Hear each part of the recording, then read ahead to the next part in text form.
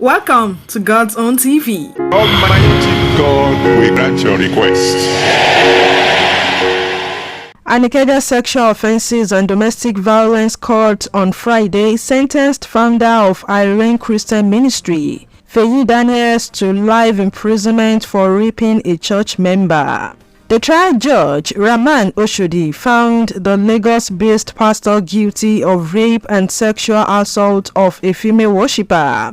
Recall that the arrest and prosecution of the pastor had stirred mixed reactions among Nigerians in 2022. And according to the report by the Punch newspaper, the bishop, who took to the witness box in his own defense, testified that he believed 3 of the 4 women who accused him of sexually assaulting them conspired to turn against him. While fielding questions under cross-examination, the prosecution's lead counsel, Babajide Boye, sought to establish that the defendant, Bishop Daniels, had a personal relationship with the 4 women. Boye alleged that the defendant had counseled one of the women, giving the amount of 100,000 naira to another for hospital treatment, paid school fees for a third, and related with a 4th as a leader in the campus fellowship affiliated with his ministry at Akungba Akoko in Ondo State. But the bishop denied giving money to one of the women for treatment.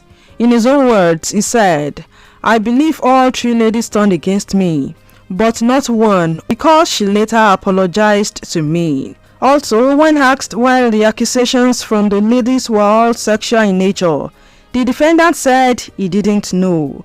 Boye also accused the defendant of using his position as a pastor to manipulate persons who come to him for counseling. However, Bishop Daniels denied this allegation, saying that "I am not a powerful man. I am a pastor. I do not use power to counsel people. I am not a manipulator." During cross-examinations, the prosecutor also pointed out that there are contradictions in the 4 statements written by the pastor while he was in police custody.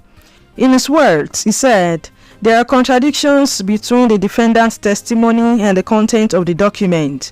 We seek to use them to impeach his testimony.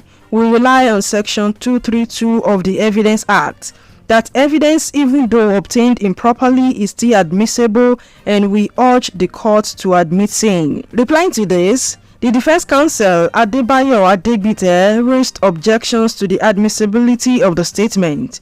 He argued that the statements were not made by the defendant and the bishop signed them under duress. Meanwhile, in his ruling, Justice Rahman Oshodi admitted the document. In his own words, he said, "By Section 9, subsection 3 and 4 of the Administration of Criminal Justice Law of Lagos State 2021, the presence of video testimony of the suspect is desirable but not compulsory.